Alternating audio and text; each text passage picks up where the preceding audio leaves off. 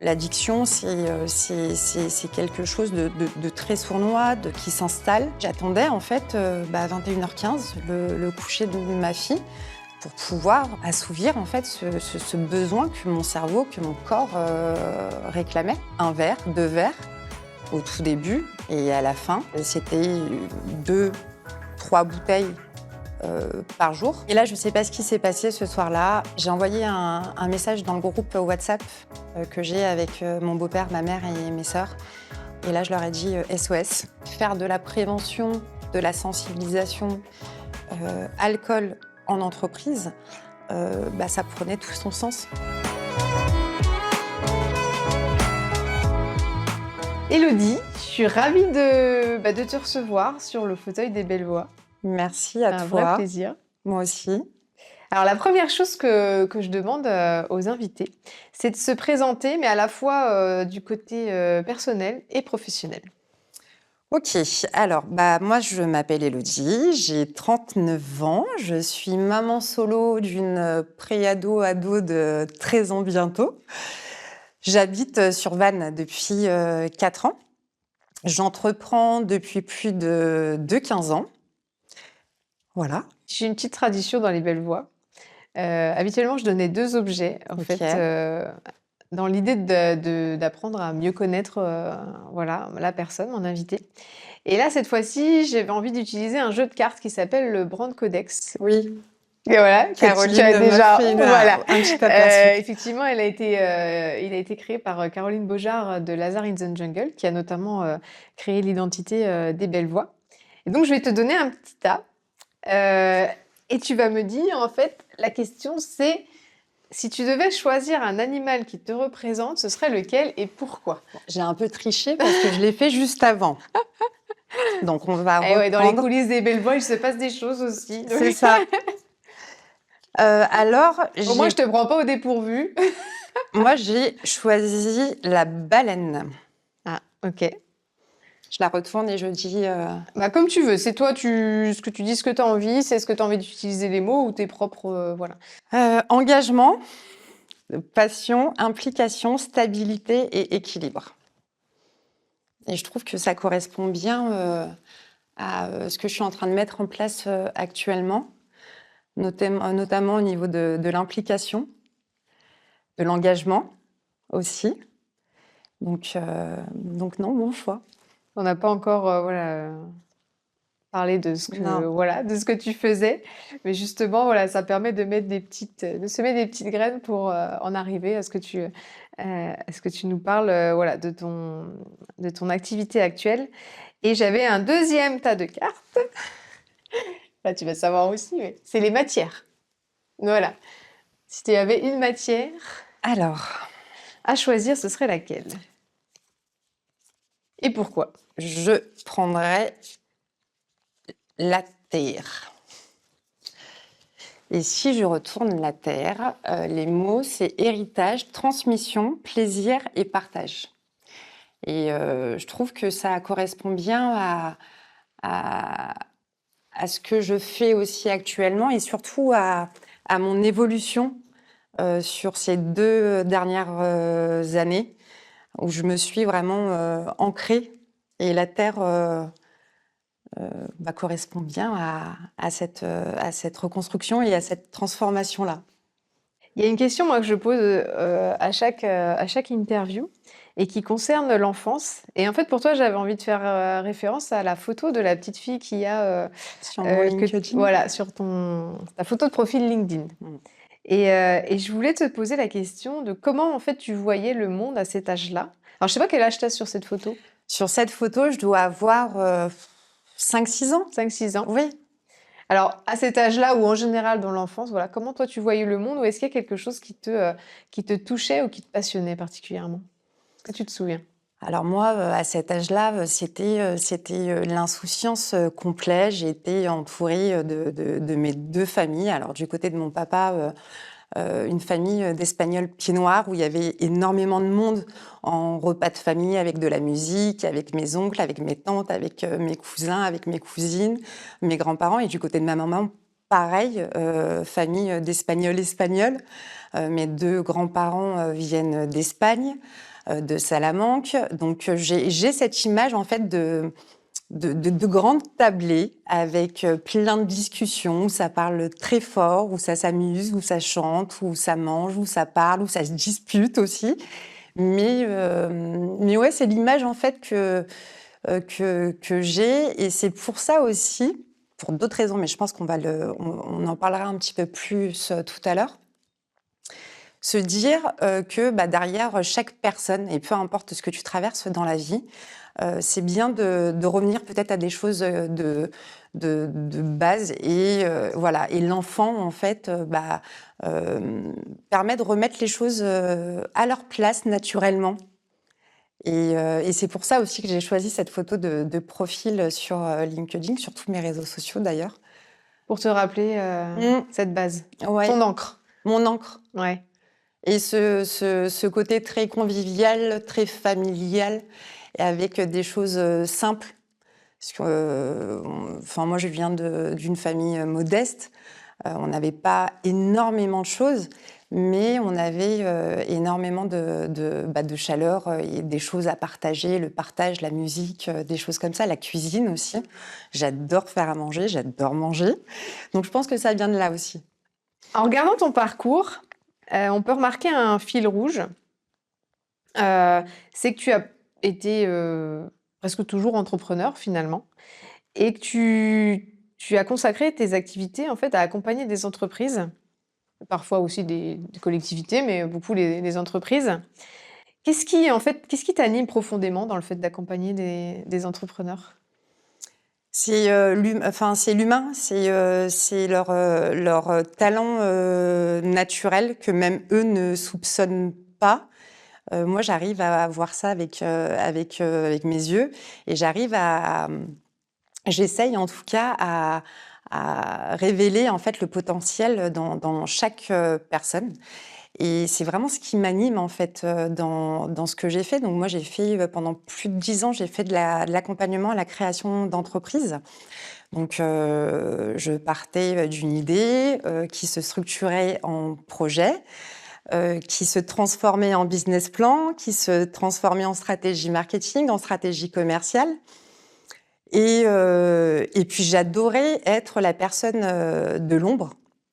Mes clients m'appelaient Huggy les bons tuyaux.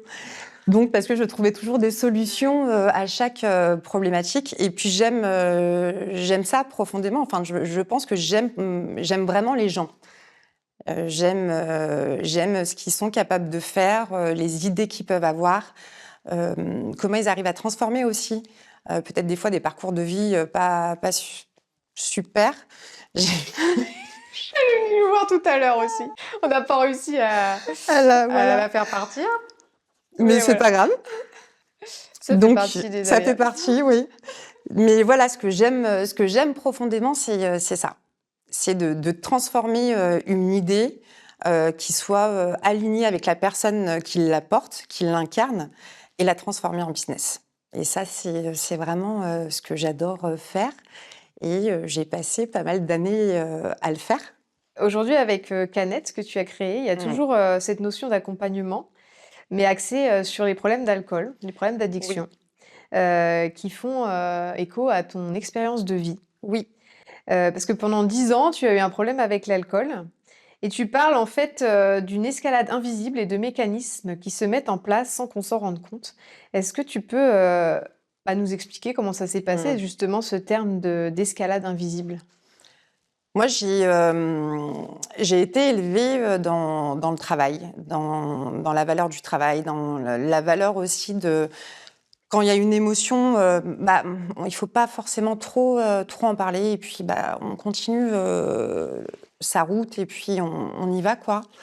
J'ai toujours eu que moi je me suis mise, hein, c'est une propre injonction, je ne sais pas si on peut employer ce terme, si c'est nous-mêmes qui nous la mettons, mais je pense que oui, de toujours performer, de toujours prouver aux autres que, non pas que je suis la meilleure, mais que il faut gérer, il faut avancer, et puis même si tu as un petit bobo, c'est pas grave, tu continues d'avancer, tu continues de sourire, tu continues de performer, tu continues de gérer. Et pendant longtemps, en fait, j'ai pris ça, pour moi. Hem et pendant plus de 10 ans, j'ai eu un gros problème avec l'alcool. Donc au début, ça a commencé par, un verre de temps en temps, au restaurant, pour fêter un contrat, en after work, hem, avec des clients. Et puis, bah, ce verre, s'est transformé par, 2 verres, puis 3 verres, puis, une bouteille, presque tous les soirs. Parce que c'était mon seul, c'était ma béquille. C'était, ma soupape, c'était, mon instant, que pour moi, et qui me permettait justement peut-être de, enfin, être qui j'étais vraiment ou qui je voulais être sans ce côté, performance, gérer et cetera, sans cette image-là. Et je parle d'invisibilité, je parle de silence aussi parce que finalement tu vois pas venir. C'est très sournois. L'addiction, c'est quelque chose de très sournois, qui s'installe, progressivement, tous les jours et finalement ton cerveau ne pense qu'à ça, tout le temps. Tu te réveilles, le matin, tu penses à ta consommation du soir. Tu élabores des stratégies et là, pour le coup, c'était plus des stratégies marketing, mais c'était la stratégie de me dire: «Hier, j'ai fait mes courses à cet endroit. Aujourd'hui, je vais aller faire mes courses à cet endroit-là pour éviter que les gens puissent, pour cacher». Et toute ma journée était, régie. J'attendais en fait, 21h15, le coucher de ma fille pour pouvoir, hem, me assouvir en fait ce besoin que mon cerveau, que mon corps, réclamait. Et ça a duré 10 ans. 10 ans à boire, en cachette, à continuer à performer, hein. Donc j'étais très fonctionnelle de l'extérieur, mais intérieurement, j'étais, complètement, détruite et personne ne voyait rien et moi j'en parlais pas non plus parce que j'avais peur, parce que j'avais honte, parce que, je pensais pas qu'on pouvait, s'autoriser à en parler. Moi, je pensais que c'était, quelque chose de normal. Finalement, c'est quoi? Un verre, 2 verres pour décompresser et puis, c'est dans la culture, c'est dans la norme, tout le monde le fait et puis de toute façon, non, je suis pas alcoolique parce que, pour moi, l'image de l'alcoolique, c'était, le SDF qu'on peut voir, dehors, c'était, la personne, violente, l'homme violent, c'était, une personne, Marcel, au fin fond de la Moselle, dans sa campagne, avec ses bières, avec son vin rouge, dès le matin. Donc j'avais pas cette image-là, de l'alcoolique. Puis d'ailleurs, ce mot, je le trouve moche. J'aime pas le prononcer. Je trouve qu'il est pas beau. Mais donc pour moi, tout allait bien. C'était juste en fait, la société qui me permettait pas de m'exprimer, d'être moi-même et qu'il fallait faire comme ça. Donc c'était comme ça qu'il fallait que je fasse et que finalement, la bouteille, c'était ma meilleure amie.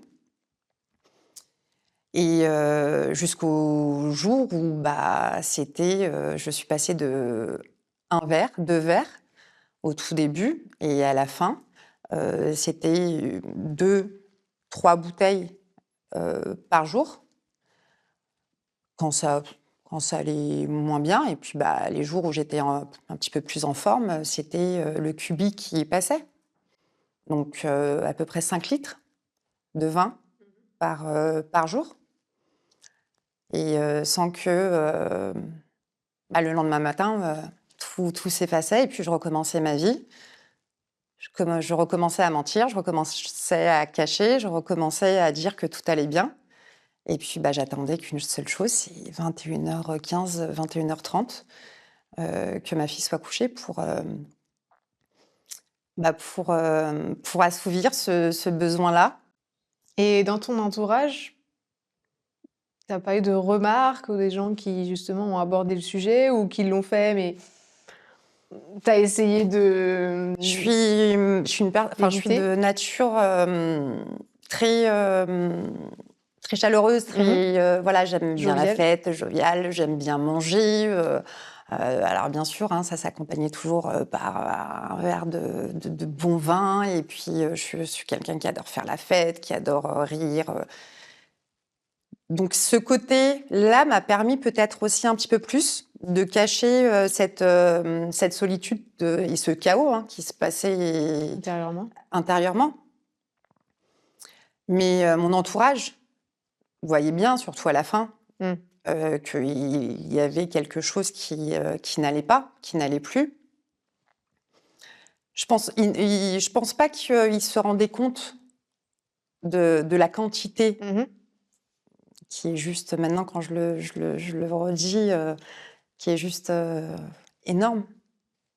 Je suis pas très épaisse, donc 5 litres de vin par jour, ça commence à faire mal, quoi. Est-ce qu'il y a un moment où tu t'es dit que tu en as pris conscience? Mmh. Ou est-ce qu'on voilà, en tant que voilà, quand on a un souci d'addiction en général, voilà. Mmh. Toi, quel a été ce moment où tu t'es dit je sais pas si ça a été le parce qu'effectivement, il y a eu le moment où tu as décidé d'arrêter, mais il y a un moment où tu le sais, mais c'est Mmh. peut-être pas le bon moment. Est-ce que tu te souviens de ça? Quand je suis arrivée en Bretagne, D'accord. je suis arrivée en Bretagne il y a 4 ans Mmh. et les 2 premières années ont été, les mes années, je pense, les plus horribles de toute ma vie parce que j'ai quitté, Annecy, j'ai quitté ma famille, j'ai quitté mes amis, j'ai quitté, mon réseau pro, j'ai quitté ma société que j'avais, créée, Mmh. construit, là-bas pendant plus de 10 ans. Et je suis arrivée ici, à 900 kilomètres de mes repères, des miens, de ma famille, de mes amis, de mes sœurs. Et je suis très, très proche, en plus de ça, d'eux. Donc, je pense que la séparation a été d'autant plus dure. Et je me suis dit, mais waouh, qu'est-ce que je fais là? Alors, je savais pourquoi j'étais venue. Mmh. J'étais venue justement parce que le papa de ma fille, lui, avait décidé de se rapprocher de sa famille et que pour l'équilibre de ma fille, les 900 kilomètres de séparation, son papa à 900 kilomètres ou moi, peu importe dans quel sens, c'était juste pas possible pour moi en tant que maman. Parce que de toute façon, je savais que c'était elle qui allait en payer Mmh. le prix fort. Et, euh, et là, j'ai commencé à augmenter ma consommation d'alcool.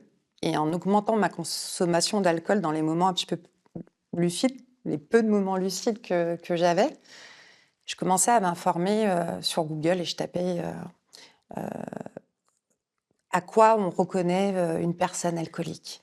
L'alcoolisme, définition. Mmh. Et puis je tombais sur des blogs, des témoignages, des choses comme ça.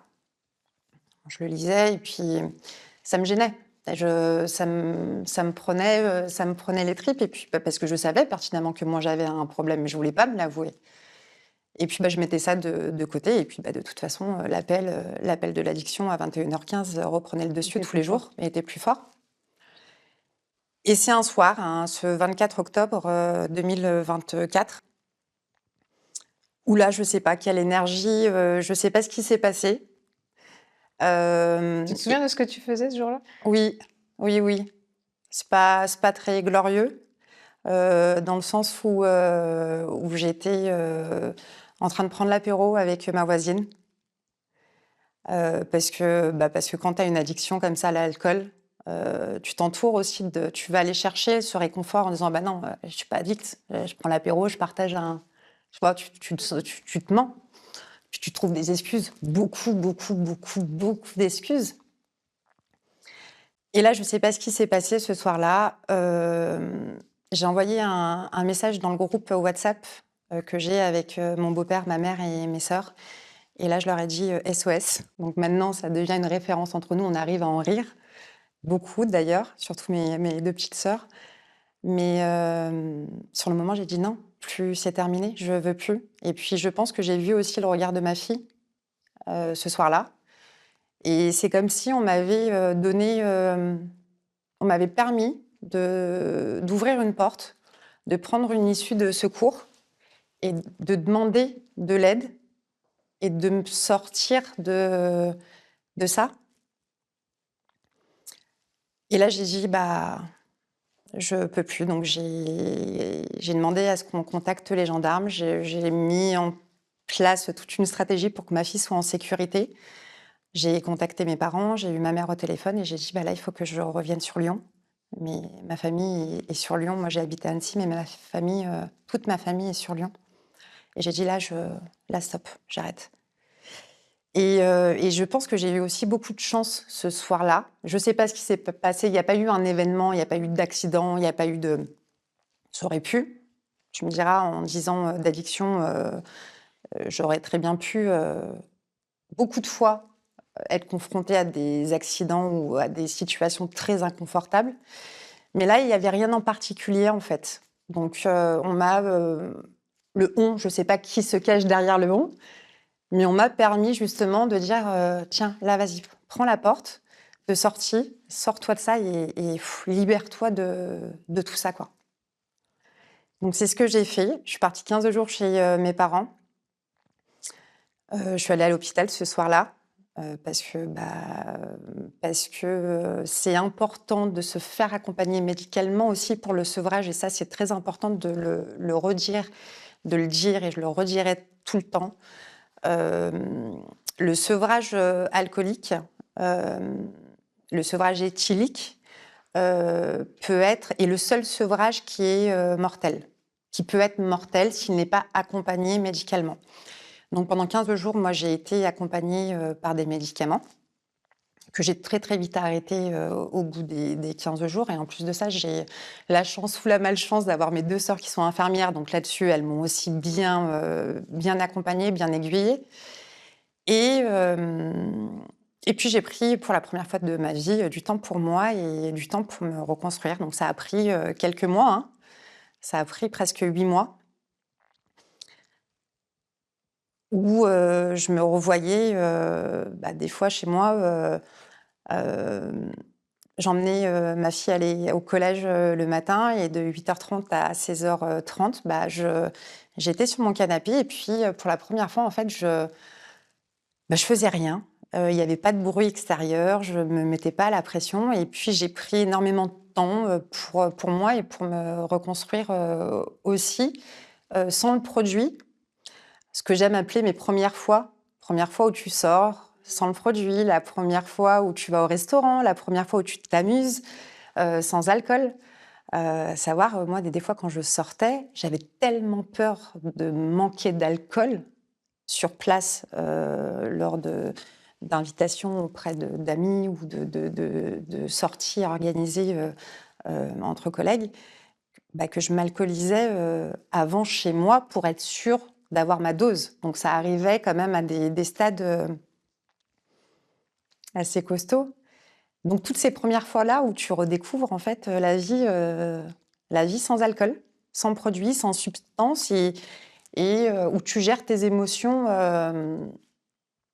sans aide malsaine en plus de ça, parce que l'addiction, l'alcool appelle l'alcool et puis enfin c'est un cercle très très vicieux. Et j'ai adoré. J'ai adoré, ça a pris du temps, mais j'ai adoré. J'ai commencé à écrire, j'ai commencé à dire aujourd'hui je fais rien, et puis si j'ai pas fini, je continuerai demain à ne rien faire, et c'est très très bien. Et puis il y avait aussi tout le monde le savait. Oui, c'est ça que j'allais te demander, parce qu'une fois que toi, tu as accepté de dire que tu avais ce problème, comment a réagi finalement ton entourage? Parce que Super bien. toi qui as essayé de le cacher, mais Mm. qui a quand même eu des remarques que tu as, j'imagine, essayé de, voilà, de mettre Que sous le je mettais tapis. sous le tapis, Voilà. hein. Quelle a été leur réaction? Alors, à la fois effectivement familiale ou amicale. Comment ils ont réagi? Elles se sont senties, quand je dis elles, c'est j'ai mon beau-père, j'ai ma maman, j'ai mes sœurs, mais j'ai aussi un groupe d'amis que j'ai depuis plus de 20 ans. Donc j'ai la chance d'avoir une base amicale et familiale du côté de ma mère très solide. Et ça, j'ai été très très bien entourée. Et quand ce fameux soir du fameux SOS, euh, tout le monde s'est senti soulagé, finalement. Et ça a permis aussi à pas mal de personnes de se dire, bah oui, on le savait, mais comment en parler sans déclencher en moi une tempête ou sans que ça parte en dispute. Et puis, à quel moment tu dis à une personne qui est addicte qu'elle a un problème quand elle est alcoolisée? Je suis pas sûre que ça soit le bon moment. Quand elle se réveille le matin, elle est en gueule de bois. Tu vois, il n'y a pas de moment Ils sont impuissants finalement. complètement. Et l'entourage de personnes qui ont un problème avec l'alcool ou avec l'addiction en général. Moi, je parle de l'alcool parce que ça a été mon cas. L'entourage est complètement impacté. Ils ne savent pas quoi faire, comment agir, comment en parler, comment aider. Est-ce que je continue à maintenir le lien? Est-ce que je coupe le lien? Enfin, et ce sont des questions qui sont complètement légitimes aussi, hein. Mais ça les a soulagés. Et puis, je crois qu'ils ont ressenti cette énergie que moi, j'ai ressentie ce soir-là, en fait. Parce que tu vois, en 10, 12 ans d'addiction, c'était la première fois où je disais « stop ». Tu vois, j'ai pas eu des tentatives de. Et moi, ça m'a fait du bien. Et puis, ça a fait du bien à tout le monde. Et ça a remis aussi, je pense, les responsabilités. Chacun a repris sa place. Moi, j'ai repris ma place de grande sœur. J'ai repris mes responsabilités, parce que je les avais regardées en face aussi, ces responsabilités-là. Donc, mon travail à titre perso a aidé aussi beaucoup mon entourage. Et puis, j'ai eu très vite, j'en ai parlé. C'était pas un sujet tabou. Je mettais des mots. J'ai un problème, il faut m'aider. J'ai un problème, je vais me faire soigner. J'ai un problème, j'en ai conscience. Et j'ai eu aussi beaucoup d'autodérision. Donc, l'humour m'a aussi beaucoup sauvée dans cette période de reconstruction-là. Et mon entourage amical ou familial ont de suite eu confiance. J'en parlais justement avec mes sœurs la semaine dernière. Elles ont de suite senti que, ça y est, quoi. Tu vois, Ce soulagement et cette légèreté cette finalement, en plus que tu as légèreté, apporté avec l'humour, pour se voilà, dire on peut, c'est bon. on peut lui Enfin, dire les choses, on peut en parler c'est ça. sans tabou. Et sans tabou. Et puis, il y a des fois, on en rigole même sur des situations, même moi la première, qui est des situations absurdes. Et puis, j'en ai aussi beaucoup parlé avec ma fille, parce que je trouve que c'est super important. On ne parle pas suffisamment de l'entourage, mais on ne parle pas non plus d'enfants, de personnes en situation d'addiction. Elle avait compris justement? Oui, oui, oui. Ma fille, c'est une personne très sensible. Et sa sensibilité-là, elle avait compris. Elle le savait. Mais elle disait, maman, elle est toujours là. Je buvais pas quand je sortais. Enfin, je me suis jamais retrouvée dans des situations extrêmes ou lourdes de conséquences pour elle. Moi, je buvais en cachette. J'avais planqué, j'avais je sais pas combien de cachettes chez moi. Quand j'ai déménagé de Annecy à la Bretagne, j'ai retrouvé 15 sacs de bouteilles de cadavres, de bouteilles vides que j'avais planquées et que j'avais oubliées. Donc oui, elle le savait. Ça, c'est sûr. Mais moi, mon père a eu des soucis avec l'alcool. Donc, tu vois, au niveau de l'enfance, je pense que j'avais un terrain, un héritage, un terrain génétique. Je ne sais pas. Parce que pour l'instant, ça n'a pas été prouvé enfin, scientifiquement Ouais, parlant, d'accord. que ça soit un vrai héritage. C'est pas un super bon héritage, mais voilà. Donc, moi, j'ai la place de l'enfant qui l'a vécu aussi avec mon père, où là, par contre, il fallait vraiment taire le problème. Il n'y avait pas de problème. Et puis c'est le côté très espagnol pied noir aussi, où voilà, tout est très très beau en surface. Faut aller creuser. Il faut pas les creuser. Voilà. Sinon, tu te prends un coup de pelle, quoi. Ouais. Donc, je l'ai vécu moi en tant qu'enfant et je l'ai vécu en tant que parent au travers des yeux de ma fille. Donc, j'ai ce double regard-là. Et moi, ce silence-là m'a fait mal. Où il fallait pas nommer justement ce problème-là. Donc, j'ai décidé de faire complètement l'inverse avec ma fille et mettre des mots. Et en disant, bah là, pendant 15 jours, maman, elle ne sera pas là parce que j'ai besoin d'aller chez mamie. Voilà. Et je lui ai expliqué tout simplement, avec des mots qu'elle pouvait entendre, comprendre et surtout accepter à 12 ans. Mais aucun tabou avec Alissa, quoi. Tu as eu un premier déclic le 24 octobre 2024 où tu as décidé d'arrêter l'alcool.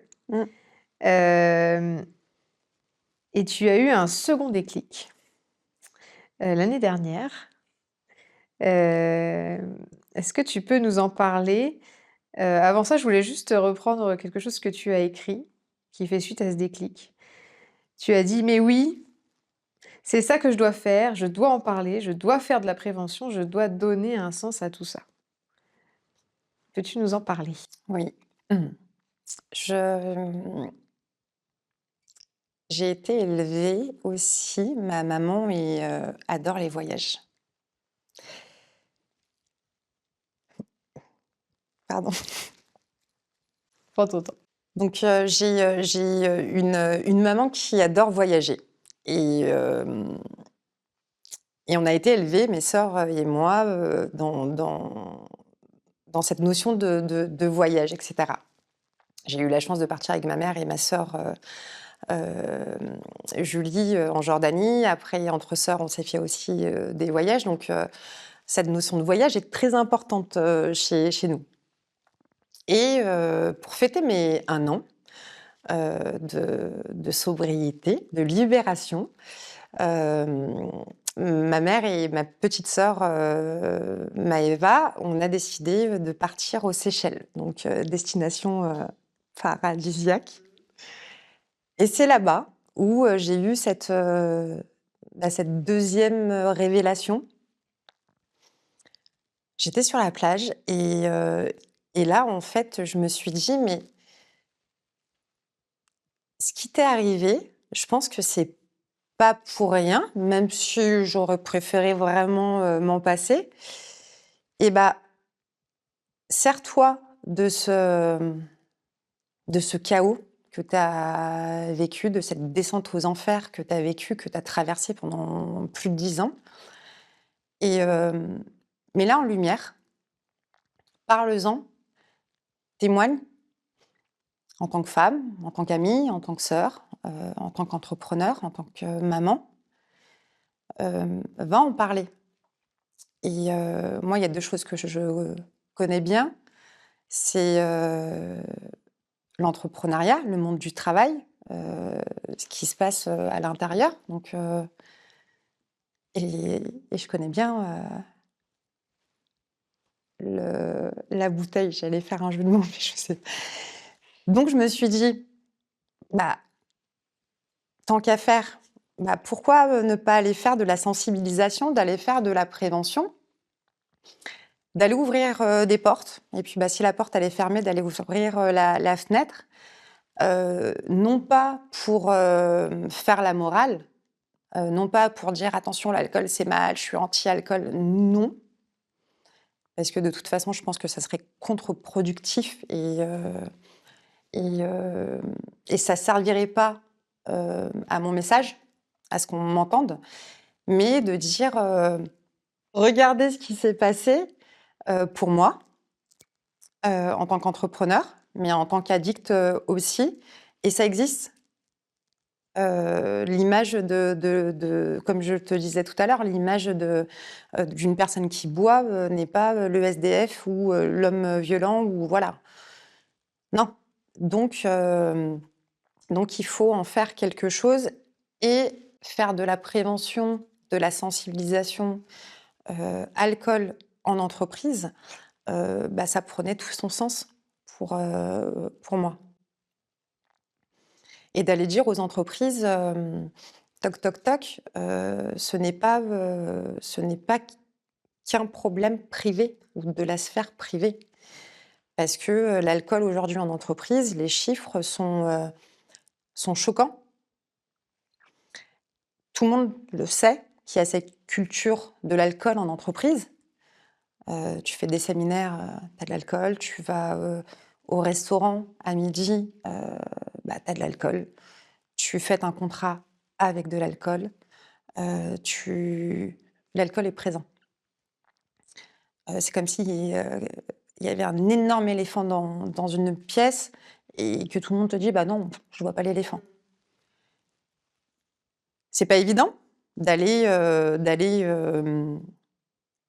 briser ce silence-là autour de l'alcool, en entreprise, mais je pense que c'est important parce que, 20 salariés, 20 pardon, 20 des salariés sont concernés par une, consommation à risque et je parle que de l'alcool. Je parle, pas de la cocaïne et je parle pas Mmh. d'autres D'autres produits qui sont substances ou et d'autres d'autres produits. voilà, qui sont très, très présentes dans le monde, du travail.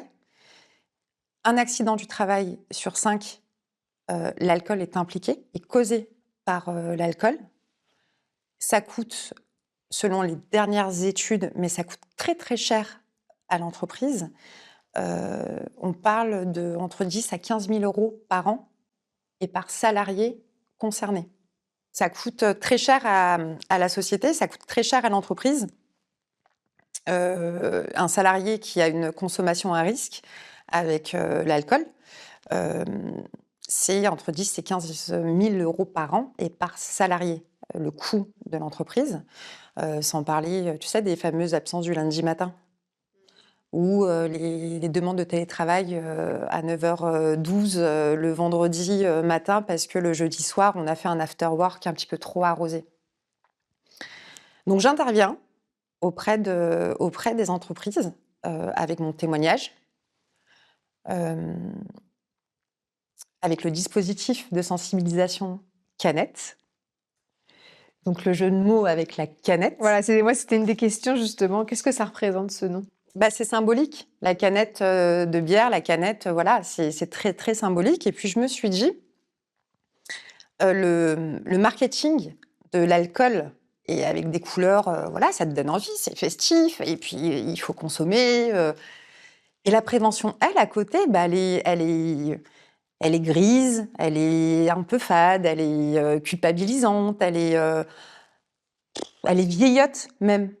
Donc je me suis dit: «Bah, je vais aller, utiliser et piocher dans les codes marketing, les couleurs, des alcooliers qui vendent, très, très bien, les produits et puis, bah, je vais me servir de ces mêmes codes, mais pour en faire de la prévention et de la sensibilisation. Parce que tant que l'alcool sera vendu en canette et bah, la prévention devra parler plus fort encore. Et canette, bon, bah, le jeu de mots, je pense que vous l'avez tous. Et aussi parce que je vais, laisser des, canettes Oui, individuelles, c'est ça que j'avais lu, effectivement. ouais, de prévention. Mmh. En plus de l'intervention, mon intervention aussi répond à l'obligation légale de prévention de l'employeur. Hem, Cette intervention-là que je propose aux entreprises, peut être inscrite au niveau du document unique d'évaluation des risques professionnels, D'accord. qui est une obligation légale dès la première embauche. Et la canette de prévention va servir, au-delà de cette intervention-là, qui se passe en 4 temps, va, servir à laisser une trace. Et dedans, on va y retrouver des, numéros utiles, des, ressources, hem, des témoignages aussi. Hem, je suis en train de finaliser les ressources et ce que je vais mettre dans la canette de prévention canette. Et c'est pour l'ensemble des salariés, pas seulement pour ceux qui viennent lors des interventions, parce que je conseille à l'entreprise de rendre mon intervention fortement conseillée, mais pas Ouais. obligatoire. Et généralement, ceux qui ne viennent pas, c'est ceux qui sont touchés, concernés. Et ils ont peur de qu'est-ce qu'on va dire, est-ce que je vais être démasquée, est-ce qu'on va parler de choses qui, moi, vont me gêner. Enfin, et le fait d'avoir justement cette canette de prévention que chaque salarié va pouvoir ramener sur son bureau ou ramener chez lui, euh, laisse une trace de l'intervention. Et surtout aussi, ça va permettre d'infuser un peu les propos, mon témoignage, les signaux d'alerte, comment se comporter aussi face à un collègue qui arrive et qui sent un peu l'alcool ou qui a des comportements un petit peu bizarres ou des absences répétées ou des erreurs d'inattention qui sont inhabituelles. Et ça permet aussi d'ouvrir et de déconstruire aussi les préjugés qu'on a sur l'alcool. Et donc, je pose des questions ouvertes qui permettent justement de libérer la parole autour de l'alcool en entreprise et bien évidemment avec un impact après aussi dans sa vie perso et peut-être aussi sur une réflexion sur sa propre consommation d'alcool. Parce que c'est vrai qu'on parlait tout à l'heure de la difficulté de l'entourage d'en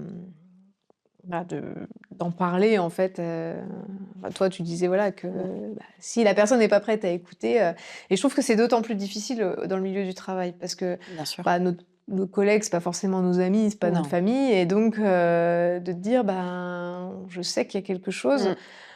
Des fois, on se dit, bon, c'est de la responsabilité du manager ou du dirigeant, mais je trouve que voilà, ça peut mettre dans une position assez délicate. Et Oui, effectivement, toi, à travers la prévention, tu vas aussi apporter les clés ou la manière d'aborder bien sûr. ce sujet. Et il y a encore des chefs d'entreprise qui aujourd'hui me disent, oui, mais ça concerne pas, ça concerne pas la sphère du travail. Ça, ils font ce qu'ils veulent chez eux. Quand la porte est fermée, ils font ce qu'ils veulent. Bah si, ça concerne euh, le travail. Ça concerne aussi votre responsabilité légale en tant qu'employeur. Et quand votre commercial fête avec ses collègues à midi un contrat ou peu importe, avec des bouteilles de champagne ou du vin à table, qui prend la route pour aller démarcher, signer, prospecter un de vos clients, ça vous concerne. Quand l'un de vos chauffeurs prend son poste alcoolisé, sans contrôle, et qui va faire des kilomètres pour le compte de votre société, ça vous concerne aussi. Ou quand votre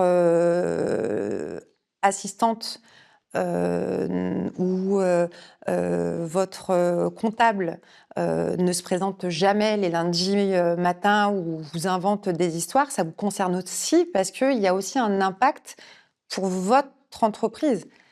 Donc là, je parle vraiment de l'impact organisationnel, juridique, mais derrière, c'est 45 000 morts par an en France. C'est l'équivalent de la ville de Vannes rayée de la carte chaque année. C'est énorme. C'est énorme. Donc, il y a aussi une responsabilité collective derrière l'alcool et un impact humain qui est juste hallucinant. On parlait de l'entourage, on parlait des enfants et une souffrance qui est juste hallucinante aussi. Donc, si ça concerne l'entreprise et c'est à l'entreprise aussi de libérer cette parole-là et de dire au commercial, au chauffeur, à l'assistante, au comptable, on est là, on vous écoute, n'ayez pas peur d'en parler pour vous faire aider, pour vous faire accompagner, sans avoir peur de vous faire virer ou que ça devienne un dossier RH un peu de morale. pas, en plus de ça, pas très positive, le dossier. Enfin, donc, ça concerne la société. Parce que toi, dans ton parcours, enfin, c'est quelque chose que tu aurais aimé aussi, j'imagine, à un moment Je donné, pense, qu'on t'autorise ah bah, à complètement. libérer la parole? Et qu'on me dise surtout, Qu'on... tu peux en parler Mm. et c'est pas grave. Ouais. Parce que ce qui va t'arriver après, bah, ça sera tellement mieux que parle-en. Et il y a des structures de soins. Bon, là, après, là, c'est encore un autre débat parce que tu peux avoir le déclic là aujourd'hui et tu peux te faire accompagner que dans 6 mois.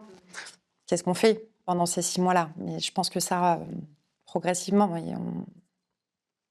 il y a des gens qui sont là, des addictologues, des personnes qui sont là pour vous accompagner, pour en parler. Et puis, les ressources humaines portent là, bah, c'est des ressources humaines. Euh, on est là, enfin, ils sont là pour aider et accompagner le salarié, peu importe ce qu'il traverse.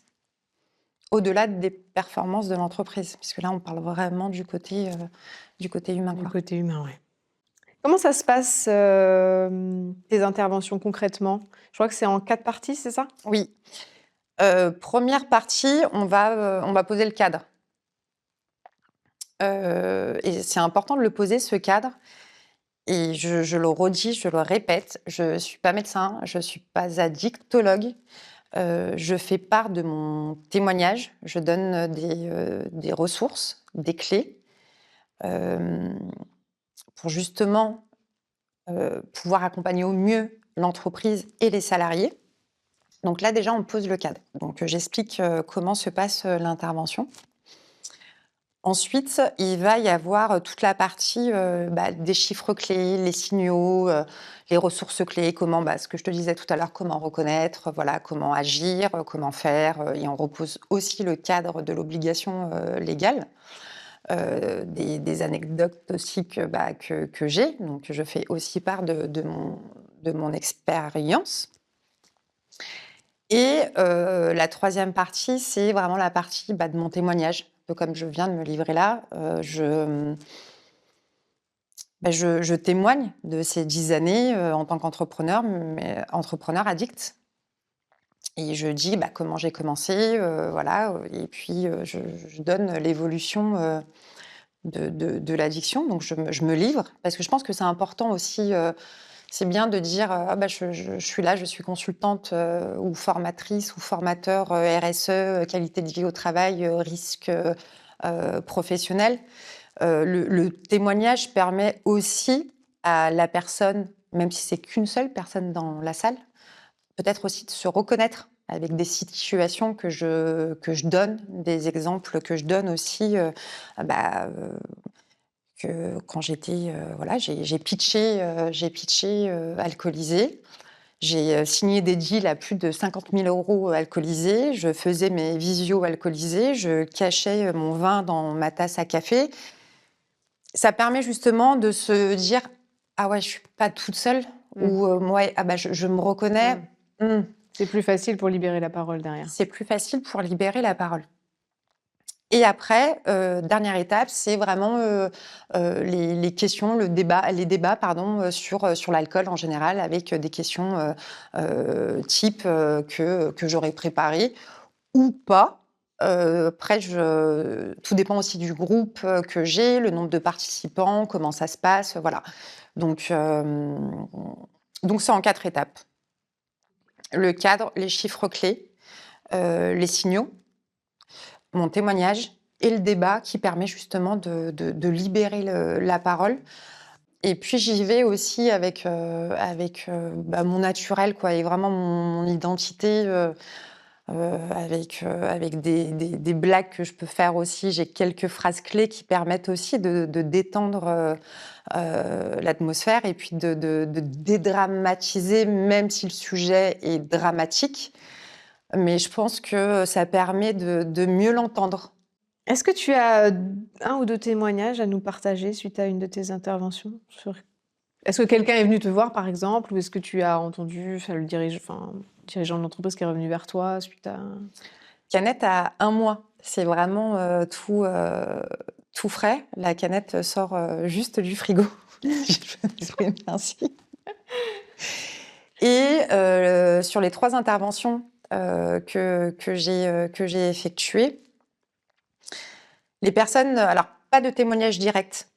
Ça, c'était ta question. J'ai pas eu de personnes qui sont venues me voir directement et qui m'ont dit bah merci, merci, ça m'a fait du bien, ou je suis concernée, ou j'ai un proche qui est concerné. Par contre, j'ai senti sur les 3 interventions la même prise de conscience très forte, en disant oui, on sait, on le sait tous, mais on ne pensait pas que c'était aussi important, qu'il y avait aussi autant de personnes qui étaient concernées par ce sujet-là, autant d'hommes, autant de femmes, parce que moi je suis, et puis de toute façon là-dessus, il n'y a aucun débat pour moi, l'alcoolisme n'est pas genré, ce n'est pas une affaire d'hommes ou de femmes, ça concerne tout le monde. Mais je pense que les chiffres, les statistiques qui concernent les femmes et l'alcool, ils sont pas bons. Ils sont mal calculés parce que les femmes ne se reconnaissent pas dans ce visage très masculin de l'alcoolisme. C'est plus tabou. C'est Pour une beaucoup femme. plus tabou. Et justement, j'ai écrit un article que j'ai publié. J'ai lu, ouais, les femmes et l'alcool, double peine. C'est ça, les femmes et l'alcool, double peine.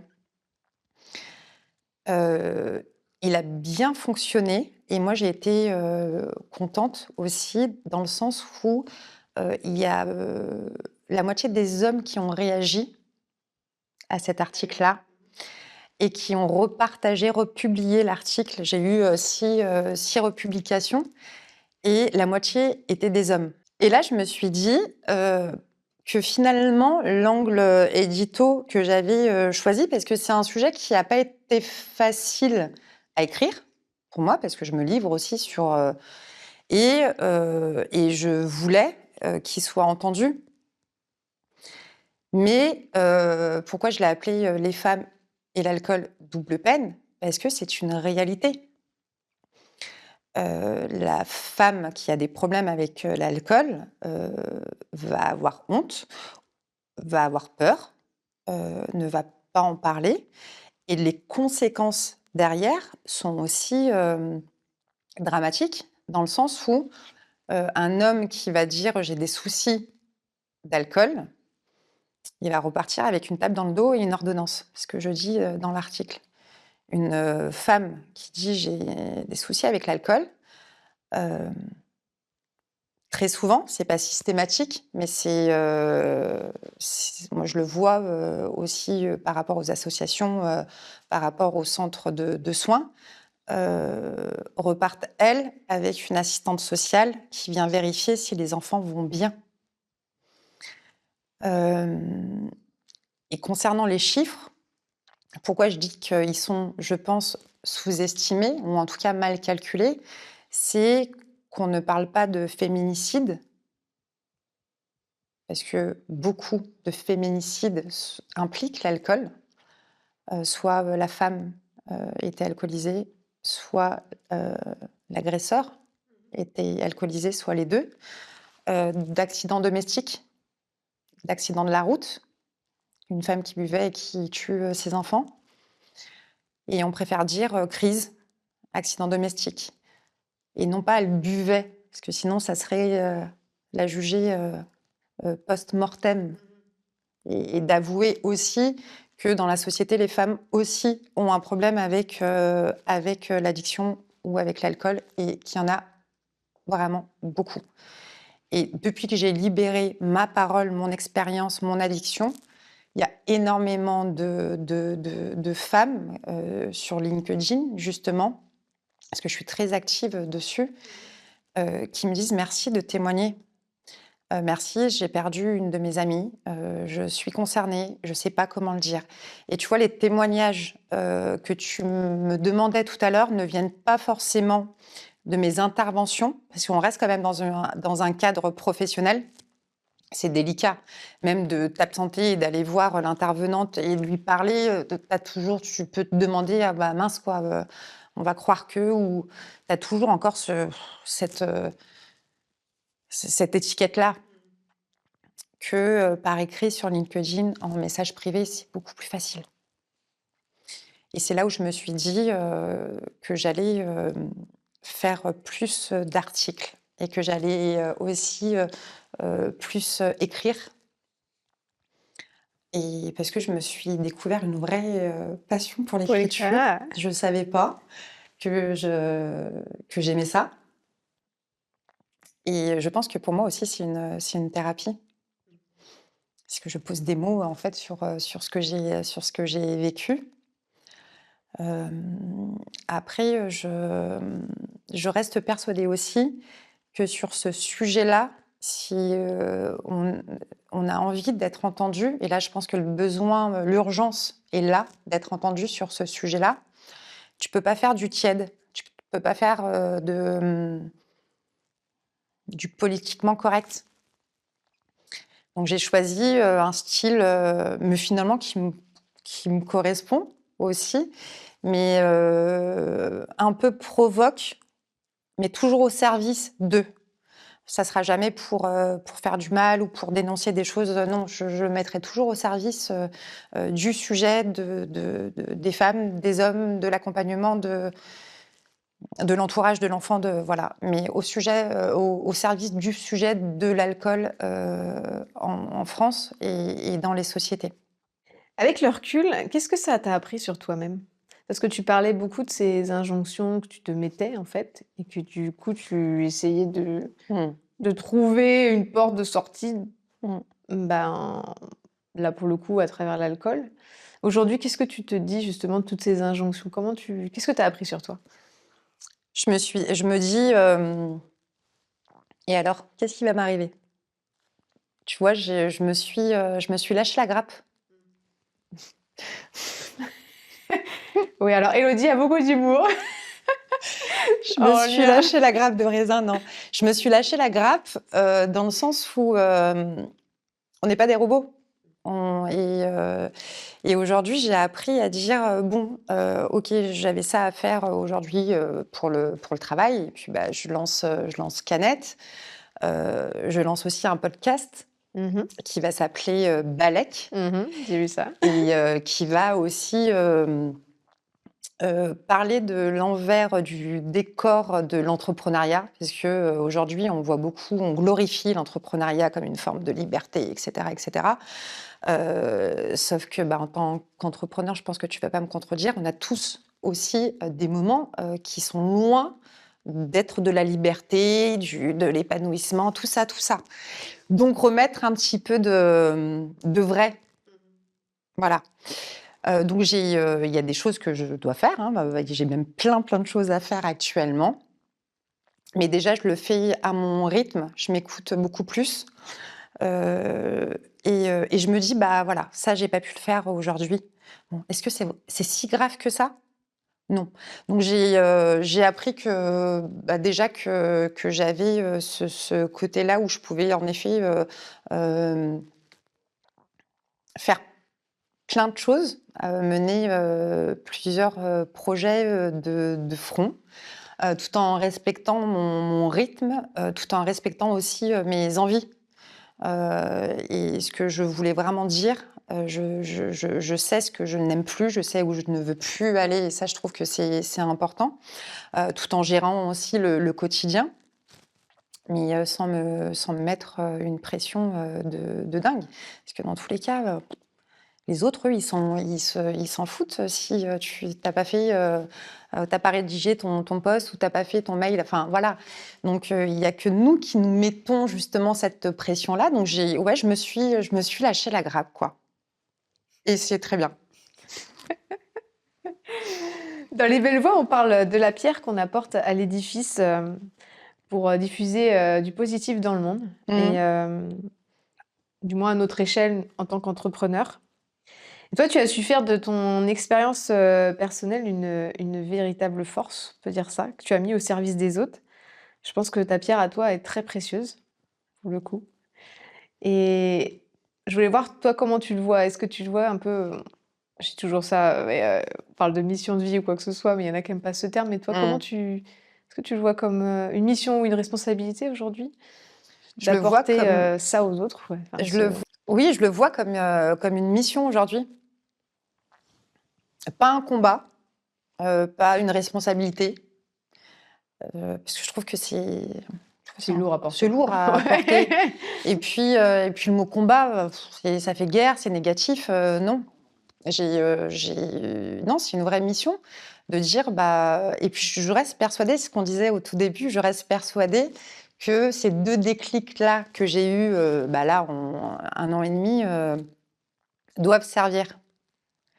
Et hem et je suis entièrement convaincue qu'il faut, libérer cette parole-là et ne plus avoir, honte, ni peur et plus je vais en parler, plus je vais, libérer, décomplexer, briser ce tabou. Donc oui, on peut dire que c'est une mission que je mets au service des autres pour que ne serait-ce qu'une seule personne puisse se reconnaître et puisse avoir la chance de vivre ce que j'ai vécu depuis, ce que je suis en train de vivre depuis 1 an et demi et se libérer de ça. Tu peux changer des vies. Je, mmh, je pense que le vrai déclic vient de soi, mais en tout cas, je peux peut-être être ce Mhm. déclic-là pour certaines personnes. Et même une personne là qui va nous écouter et qui va se dire: «Mince, est-ce que, moi ma consommation, d'alcool ou autre produit, peu importe, hein, ce qui nous fait tenir, Mhm. est-ce que, est-ce que c'est sain? Est-ce que quel est mon rapport justement avec ça?» Et s'enlever cette image-là de l'alcool, hem, qui ressemble pas, enfin regardez quoi. Moi, ça a été, d'une violence, inouïe pendant 10 ans. Donc oui, c'est possible et c'est bien, c'est très bien même. Mhm. On va passer aux questions signature. OK. Alors, que changerais-tu positivement dans le monde si on te donnait une baguette magique? Mmh. Une chose. Je crois que je changerais rien. Enfin, il y a plein de choses à changer dans le monde d'une chose, donc ça serait, je pourrais pas choisir.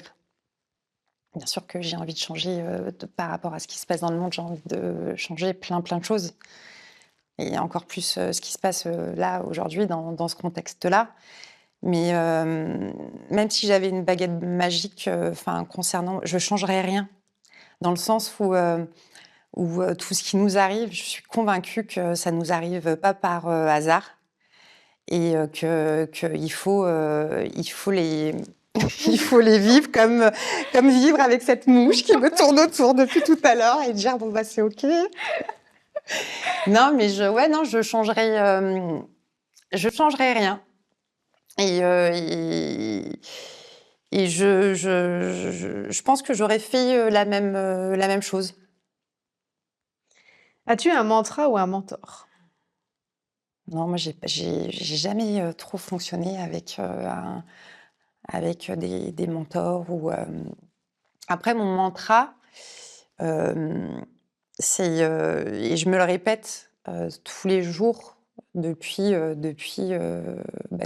an et demi, depuis un peu plus d'1 an et demi, c'est un jour après l'autre et c'est, après les nuages, il y a toujours le soleil et hem, ça m'a vraiment aidée à tenir et le un jour après l'autre, bah, c'est vraiment ça. Si tu avais un livre que tu aurais pu écrire ou un film que tu aurais pu réaliser, quel ce serait? Soit l'un, soit l'autre. J'ai revu la semaine dernière, le film Erin Brockovich. Et je me suis beaucoup reconnue dans sa mission, dans son combat, dans sa personnalité, tout ça. Et ouais, je dirais peut-être ça, parce que je l'ai vu là récemment. Et puis je suis admirative de toutes ces personnes-là, en fait, qui lâchent rien et qui ils vont puiser dans leur force et puis dans leur gentillesse, dans leur bienveillance. Et voilà, et ça, ouais, ça, c'est quelque chose moi, qui me touche particulièrement. Justement, on parle de ce qui te touche. La dernière question, c'est ça. Qu'est-ce qui te touche le plus dans le monde, positivement parlant? Et bah, c'est ça, c'est la capacité à se relever.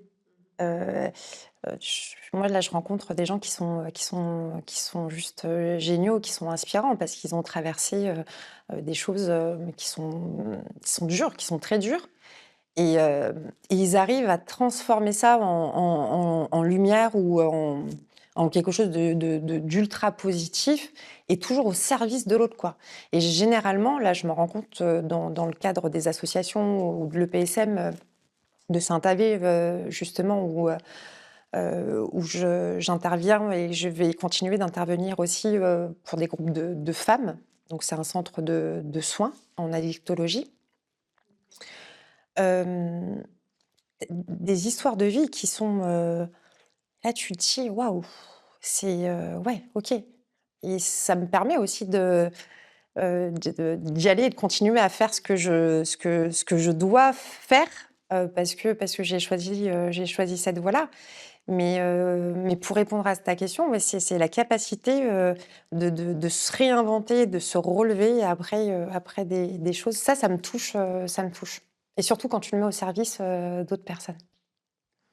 Alors, Canette, c'est la prévention à consommer sans modération. Oui, On peut te retrouver, donc tu as un site web, oui. Canette.fr. .fr.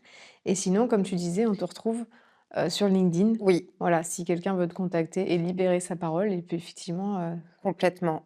Et contacter aux un entreprises message. aussi qui souhaitent me faire intervenir pour des actions de sensibilisation et de prévention.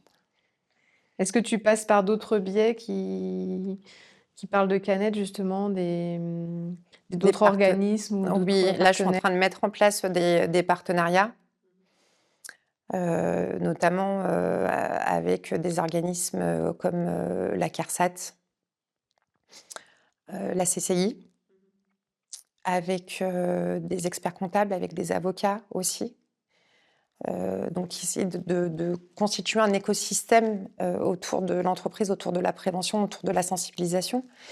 Euh, et aussi avec les associations locales qui sont là et qui ont besoin aussi de notre soutien. Et justement, je réfléchis à comment moi je peux participer, comment moi je peux aider ces associations-là par le biais de Canette, de mes interventions. Donc je pense qu'une partie, là tu vois, c'est très très nouveau, parce que j'ai eu cette réflexion et cette discussion il y a 2 jours. Comment une partie justement du chiffre d'affaires de Canette peut être redistribuée à des associations qui sont vraiment dans le besoin et qui œuvrent, elles, tous les jours, sans financement particulier de l'État, hein, sans attendre non plus le coût marketing du Dry January. Comment on peut les aider vraiment dans leur quotidien. Donc c'est en réflexion, mais voilà. D'accord. Merci beaucoup, Élodie. Merci à toi, Alexandra. C'était top. J'étais un peu stressée au début, mais au final, c'est bien passé. Merci beaucoup. Merci. Et belle continuation pour Canette. Merci beaucoup. Ah, voilà. Je suis émue. Ouais, je suis émue. Ah non, c'était chouette. Merci. Merci à toi pour parler. C'était très chouette. Merci à tous de nous avoir écoutés. Retrouvez toutes les informations sur notre invité dans la description. Sachez que ce média est ouvert à tous les entrepreneurs qui souhaitent partager leur expérience, pour que chaque voix trouve sa place et inspire d'autres à suivre la leur. Les Belles Voix, c'est avant tout une expérience podcast conçue spécialement pour vous, chefs d'entreprise. Au programme, rencontres, partage, bien-être, convivialité et contenu vidéo pour développer votre visibilité. Ce concept est né de l'envie de mettre en lumière les entrepreneurs qui agissent avec sens et authenticité pour faire bouger les lignes. Je vous invite à me suivre sur LinkedIn, Instagram et bien sûr sur ma chaîne YouTube, Les Belles Voix.